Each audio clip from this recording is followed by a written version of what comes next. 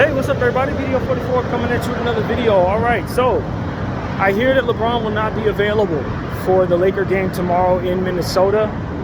From what I understand, he's taking some sort of leave of absence from the team.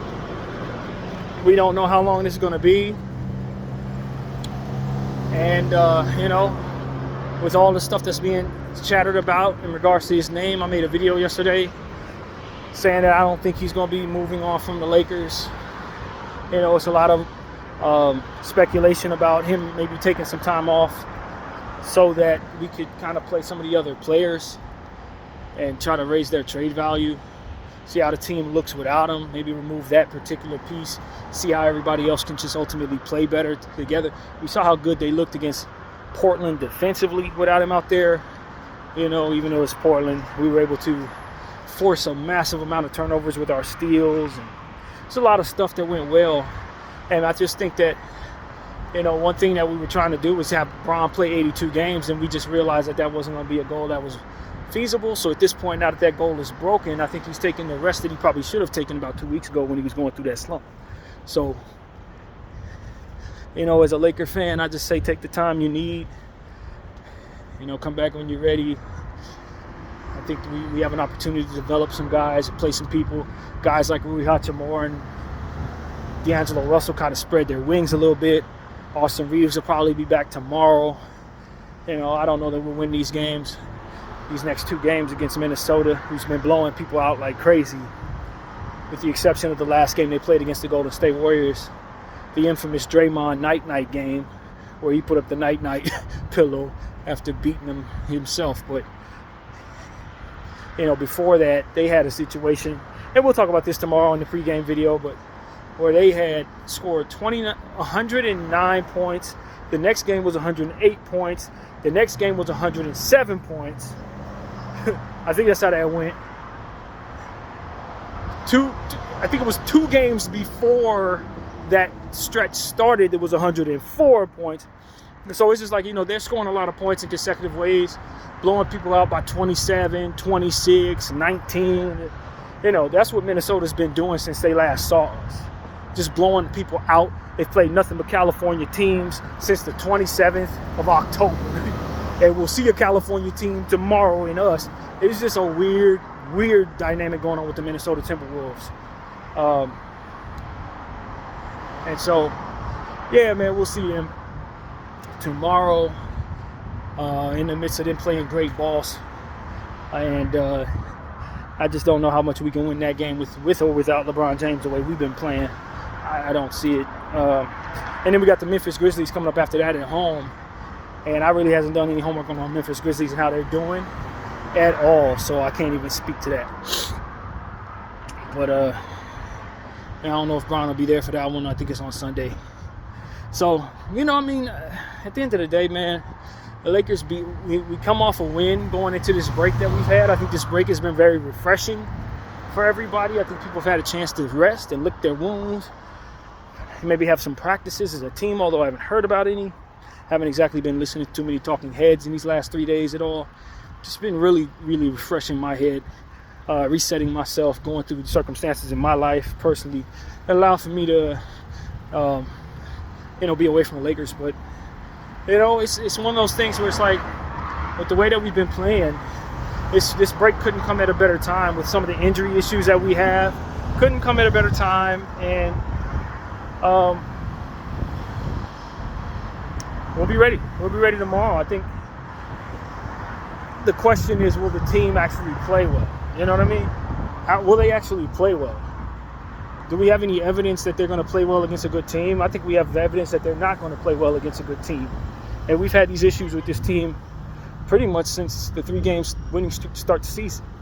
So are they going to take these last 4 days off, 5 days, whatever it's been, and find themselves in a situation where they actually align in a way that makes sense with what it is they're going up against?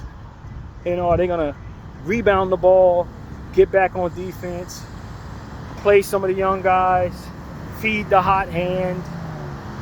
Just kind of let's learn from mistakes that maybe they haven't had a chance to really focus on because they've been too busy actively moving around, going on the road, playing every other night, back-to-backs.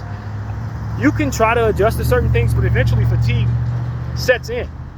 And as fatigue sets in, and you still have to keep motioning, some of your adjustments may not necessarily make sense.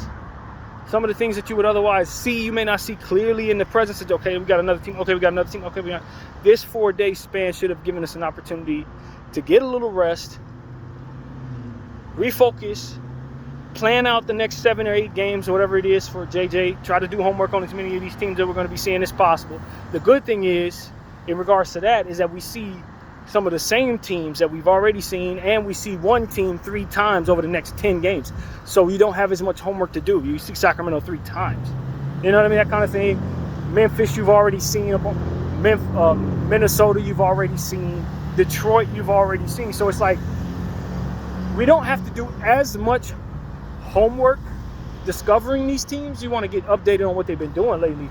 But as far as homework, it's more about structuring your attack and structuring how you're going to strategize your minutes or whatever you want to do. This just gives JJ an opportunity to kind of consider those things.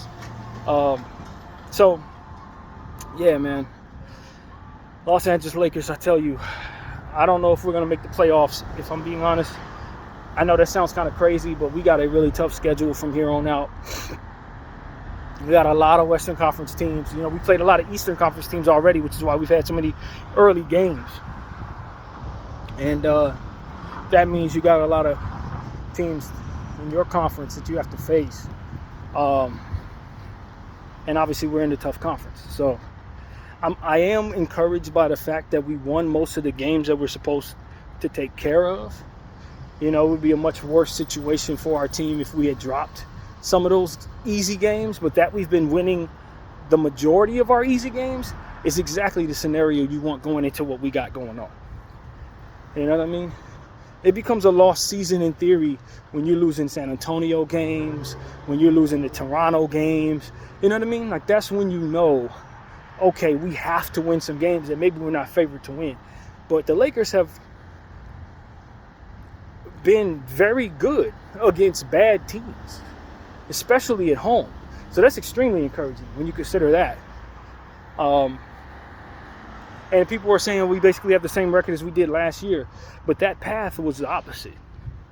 We were losing games we had no business losing last year. I don't think JJ's really done that. So that's the good thing. Now, at the same time, have we done enough to secure that we're going to make the playoffs if we keep doing that? I don't know. If we keep beating bad teams and keep losing the good teams, can we make the playoffs?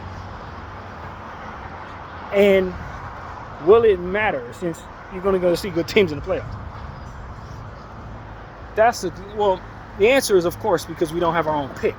So you don't benefit from missing the playoffs. So you would likely want to make the playoffs off the strength of that. But, you know, as far as you being able to have confidence that you're going to be able to do anything when you get there, well, a lot of that is determined by how well we play from here. I think a lot of people think it's determined by what trades are able to be made. I've been hearing Trevor Lane say something along the lines of the responsibility of this unit here is to just keep us afloat until we can make trades. That's a nice thought. Like, in my opinion, that's what it would be if I thought a trade was actually going to happen.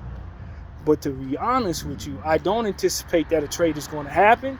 And I don't anticipate that the pressure we're putting on Rob Pelinka to make a trade is going to create an opportunity for a trade to be made. I don't. Just because we keep telling him he has to do that. The way I look at that is us saying something else that doesn't make any damn sense. Like, you have to grow wings and fly to the moon. Like, no. You can put as much pressure on me to do that. You can get as many people to agree with you and put pressure on me to fly to the moon. But those wings are not coming out of my back. It's not happening. And that's kind of how I'm looking at that. You can put all the pressure in the world on somebody to do something that they cannot do. And they could get stressed out over it and even blame themselves for not being able to do it. But it ain't going to make it possible. And that is the reality of what it is I think we're looking at in regards to this collective bargaining agreement. I think people are trying to force him into making a trade, but what they're actually doing is forcing him into irresponsibly utilizing our assets, just as we've already done, which has put us in the situation right now. I don't think it makes sense to trade draft equity for role players. I don't think that's something we should want. I don't think it's something that we should ask our GM to do, and I don't think that it's going to be done, if I'm being completely honest. I don't think it's going to be done. Now, if we can find a way to do it without including draft equity, I think we would be willing. But I think at the point where we are right now, most GMs are going to want us to do so just because they understand we have it and are so desperate to make a move. So in that environment, are you going to get what you need out of your situation? Or are you going to be enticed into doing something you have no business doing just to say you did something? Which, based on what it is I'm looking at, isn't going to get us far enough to get to a championship any damn way. It's not.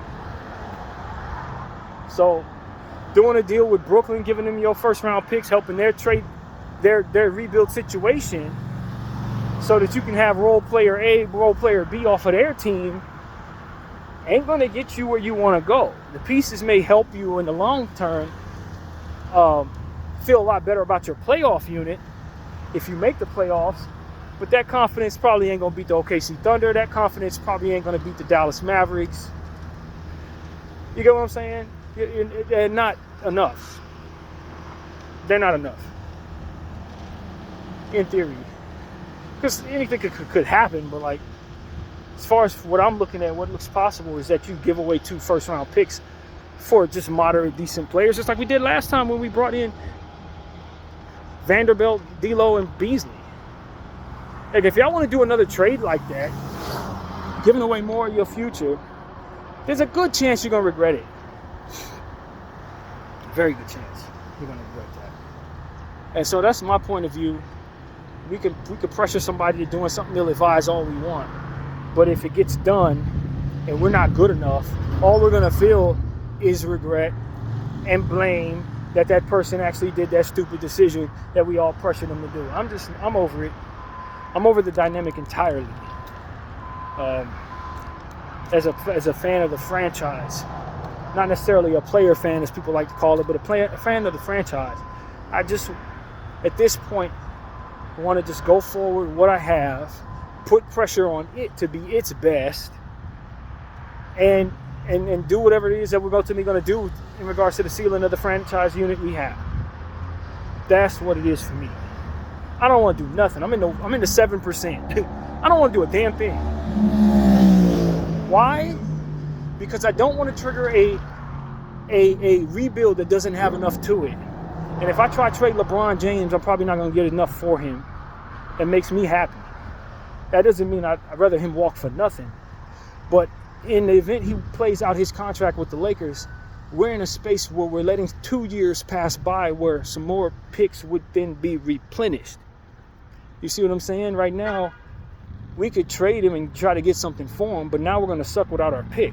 We're helping the Atlanta Hawks get a great pick this year.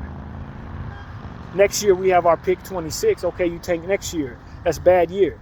Now you bring yourself that first-round draft pick that you get from tanking. Then you don't have your pick that next year. So you're just going to suck for nothing that year with a young player that's really good and nobody coming to play with him.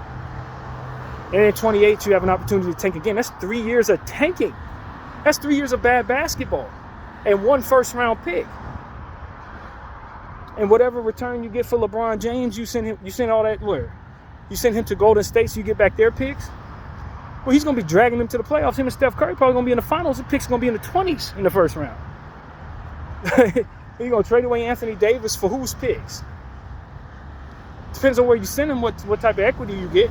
And if you send him to a good team, well, obviously, if you're getting back their picks, it's not going to be that great of a return. So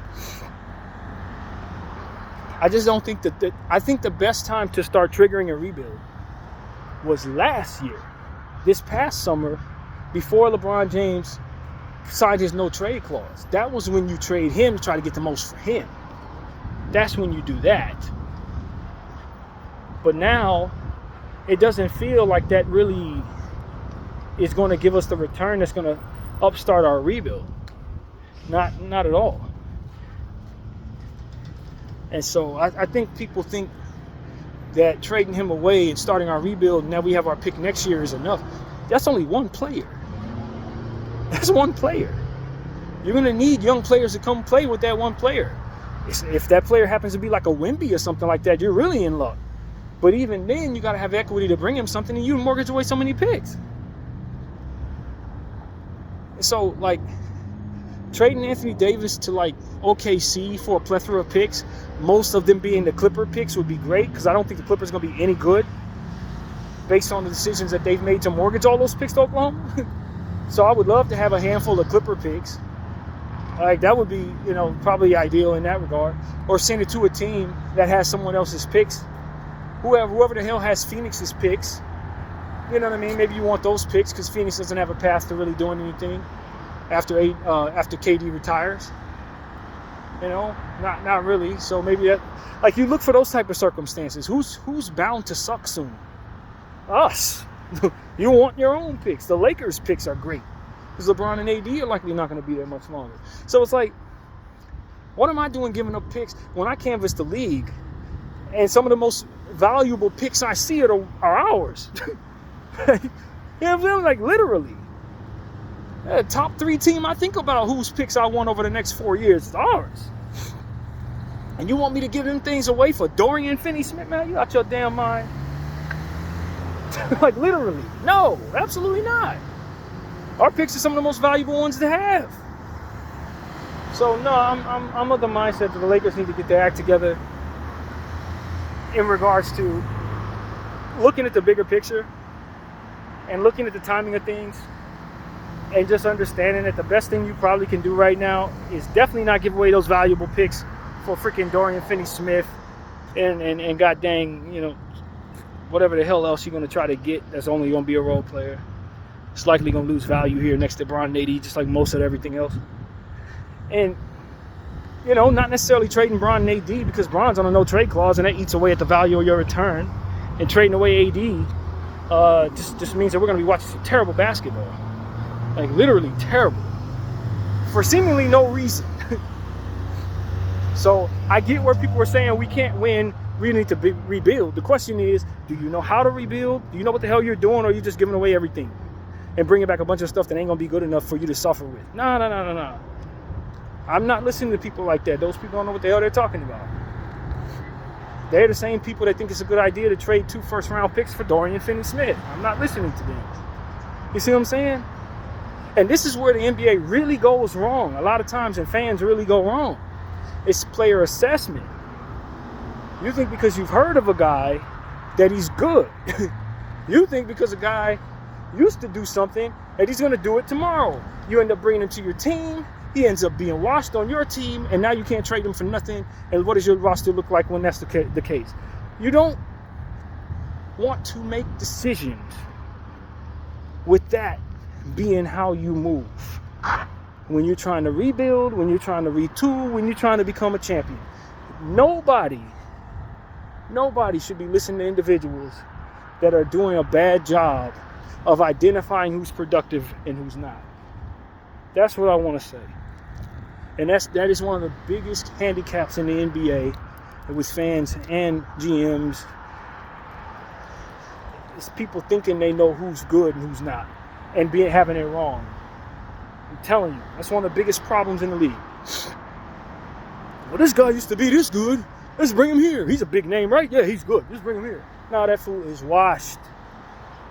And that's something that we consistently say on this channel to try to remind people that such a scope is out there ruining things every day for NBA teams. And so that's why I'm like, nah, man, don't do that. Don't necessarily trigger your rebuild and listen to people that say, well, we could trade Anthony Davis for washed up this guy and decent name that guy and a first round pick. It's like, if you do that, all of that stuff is going to suck in your uniform and you're going to regret it. You're going to regret it. And so while you might have the right idea in regards to thinking that you want to make a trade, you better be damn sure you know how to assess what a good return looks like. You know how to assess what the market is. You know how to fish out a great trade for yourself. Because if you're not good at that, you might have the right idea, but you got the wrong execution. And that's what ends up hurting teams for 7, 8, 9, 10 years. And so that's what I'm telling you guys. Let's have the right idea, and then let's have the people in place that can give us the right execution. I don't know, if I'm being honest with you, that I really want this front office to trigger my rebuild. I don't know that. I'm not sure I'm not wiser for asking someone else to do that for me. When I look at the choices that we made in regards to this roster, whether I want to give people the benefit of the doubt or not, when I look at the decisions to bring certain players to our roster and let other players go, what I see is a whole lot of mistakes. A whole lot of mistakes, you guys. Just being honest. And maybe it's that for which makes those decisions. Whoever's choosing this, choosing that. If I have them rebuild my team, am I not going to find myself just as unhappy as I am right now when I look at what we put together? Jeanie Buss going to have to be honest with that, about that. Are you really pleased with these choices? Did not the preference of some of these players betray us in regards to who we chose to get and who we left on the table? Did we not make serious mistakes there? And for me, it's like that Jalen Hood-Schifino thing was it in that regard. That officially put me in a place where I had to say, am I being respectful or not respectful? Am I being responsible by giving a person the benefit of the doubt who chose Jalen Hood-Schifino over all those other people? I just got to be honest about that. Am I being my best self for doing that? I don't think so. Excuse me. And so that's what it comes down to. I don't doubt that Rob is somebody you want to give him a benefit of the doubt in a lot of cases. You know, a lot of people are against him just the same. You know, all of that is, you know, within the eye of the beholder. You know, some people love Rob, some people can't stand him. Some people are already pulling a wait and see. All of that is from person to person. But as it pertains to myself, though I may want to give Rob the benefit of the doubt, when it comes to me having one chance to get it right in regards to a rebuild after Bron leaves, do I really think that Rob Pelinka is the guy that I want choosing the players that are going to be left here and the players that we're going to be bringing here? The answer is, based on what I have seen, I don't think I got it right if I give him the benefit of the doubt. I may choose to give him the benefit of the doubt, and it may work out. But based on the choices that have been made and on his watch to keep certain players and let other players go, I don't think that he should be the one making those decisions anymore. Not for our rebuild. Not when there's no Bron and AD to make everything at least decent. And when these are the players that we choose are the only ones we're going to be watching, he's shown me that he's probably not the person that should be making that decision. He can be responsible for taking care of my assets, making sure that, you know, I don't trade picks when I have no business doing so. I think he's learned enough from his mistakes in that way to now be in a space where I can trust him there. But his affinity for non-athletic shooting guard, point guard combinations that can't really defend, his lack of a knack for valuing athleticism, speed, I don't want him making decisions to rebuild my franchise. I really don't. That's my problem with him. I'm cool. Not based on the idea that his vision for a basketball team doesn't require that any speed and athleticism be in place. Now, could he have learned from that lesson? Sure. And maybe that fuels me thinking that giving him the benefit of the doubt is something I would choose to do. That doesn't mean that based on the evidence I've seen, that is a good idea. And that's what I'm trying to get everybody to hear me say. I'm not on the outs with Rob in all areas of life as it pertains to this team. But as it pertains to him choosing who brings who where and who we keep and who we let go of, I just have not liked what I've seen under his watch. I've liked what my scouts have done. But the Gabe Vincent choice, the Jalen Hood-Schifino choice, those are things that just make, all right, bro. Those are the things that make me say, okay, bro. All right. Now, let me hear what else somebody else has to say about what they want to bring to this franchise. Let me get another voice in here. What do you think? Now, you cool with this?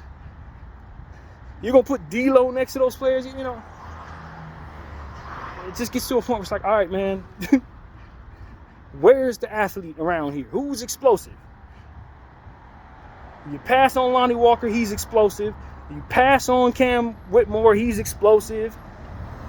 Where's my energy at? We ain't got no dogs on this team. Who's going to get in somebody's face for kicking AD in the ball, so to speak? Like, where is the guy that's going to say, nah, bump that, we fighting? That player ain't nowhere to be found. Where are they? And I'm going to ask you to rebuild my entire franchise when you left all these ingredients off my basketball team? Like, these are the type of questions I have to ask Rob Pelinka. Like, no, the answer is no, bro. I don't trust you. I don't trust that you're going to choose the right ingredients for my basketball team. Hey, you keep your post on your phone. Thank you. And it's one of those situations where I tell him, no, bro, I'm not doing that because I have 4 or 5 years, maybe even a little more, of evidence of your decision making, and that decision making has been trash. And my team has suffered because of those choices.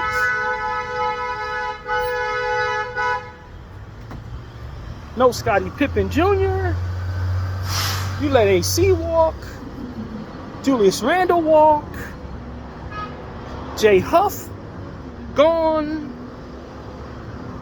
You know, we passing up on all types of stuff that we should have kept. And you choosing Gabe Vincent, as already mentioned. You choosing Jackson Hayes. You're choosing, you know what I'm saying? Jalen Hood-Schifino has already mentioned. It's like, yo, bro, what is that?